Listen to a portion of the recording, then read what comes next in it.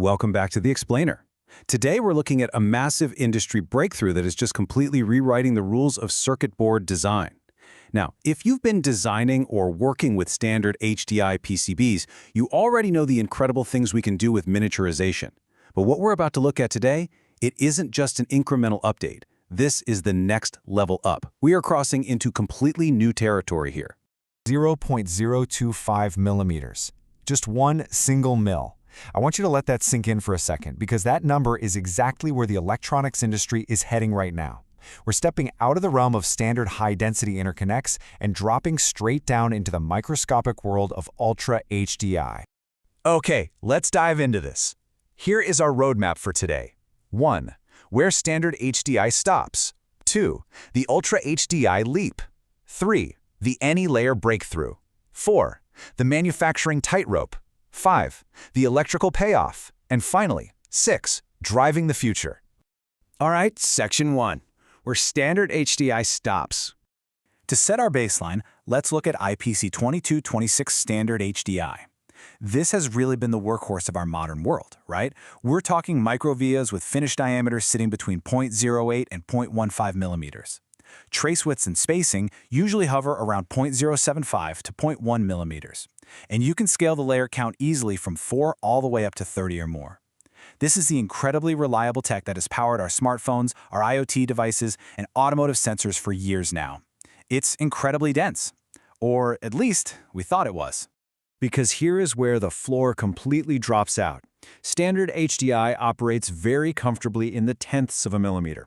But Ultra-HDI, or UHDI, pushes every single physical dimension to its absolute limit. We're talking thousandths of a millimeter. When you cross that threshold, the sheer scale of miniaturization becomes incredibly dramatic. Which brings us to Section 2, the Ultra-HD leap. In the UHDI world, trace width and spacing drop all the way down to 0.025 millimeters. Just think about that. That is literally 4 times finer than the trace widths you're probably used to routing in standard HDI.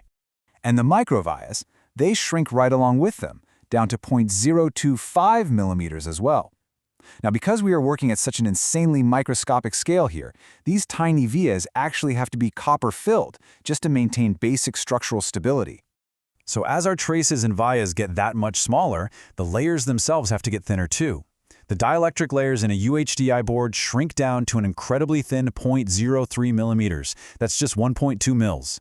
And honestly, this isn't just about saving space, it's absolutely vital to minimize signal loss at this crazy scale. And this brilliantly illustrates the ultimate result. When you combine all of these microspecs, you can produce an entire, highly complex, multi-layer circuit board with a total thickness of just 0.4 millimeters. We are talking about a board thin enough and dense enough to power the next generation of ultra-thin wearables and advanced medical implants. Let's move to Section 3, the any-layer breakthrough. The absolute pinnacle of UHDI architecture is called any-layer interconnect. To wrap your head around this, think about standard routing like a traditional highway system. You have very specific on-ramps and off-ramps you have to use to change levels. But any-layer interconnect? It's like a futuristic 3D highway where every single lane can instantly shift up or down to any level at any point. Every layer is a high-density interconnection layer, so a conductor on layer 1 can freely connect all the way to layer 12 through copper-filled stacked microvias. It's the most complex architecture possible, and it's exactly how designers managed to route the massive pin counts of modern CPUs and GPUs into a board that fits right in your pocket. Section 4, the manufacturing tightrope. So we really have to ask the obvious question, why is this extreme level of precision so unbelievably hard to actually manufacture? Well, when you get down to thousandths of a millimeter, the basic physics of fabrication start fighting back. Hard. It really all comes down to the plating process. To fabricate these boards, manufacturers are walking a terrifying tightrope when it comes to the aspect ratio. That's the depth of the via compared to its diameter. Ideally, for the plating chemicals to properly flow into the hole, coat the walls, and fill it up, you need an aspect ratio of 0.75 to 1 up to a strict maximum of 1 to 1. If you push the depth past that 1 to 1 ratio, the fluid dynamics of the plating chemicals just won't let them reliably fill the hole. You hit a hard physical ceiling, and you risk getting entirely unreliable electrical connections. Now, what's really interesting about this design choice is how engineers navigate that tightrope. You basically have 2 options, stacked vias or staggered vias. Stacked vias sit directly on top of each other. They give you the absolute maximum density, and they make that any layer magic happen. But man, they drive manufacturing costs and complexity through the roof. Staggered vias, on the other hand, are spread out across the layers. They're definitely easier for the fab house to plate reliably, but they eat up a ton of your valuable routing space. So, every single UHDI design becomes this delicate balancing act between ultimate density and realistic manufacturability. Section 5. The electrical payoff. It's super important to understand that going through all this trouble for UHDI isn't just about saving physical space. It actually delivers incredible electrical upgrades.